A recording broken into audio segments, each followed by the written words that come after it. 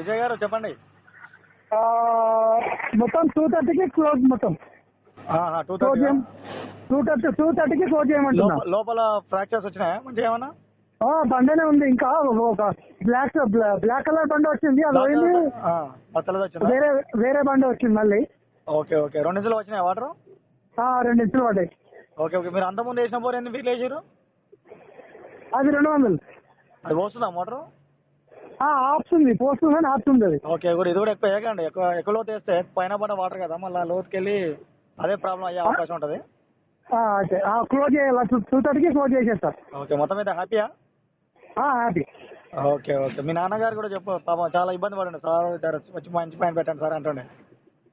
చెప్తా. Okay okay Vijay గారు. Thank you.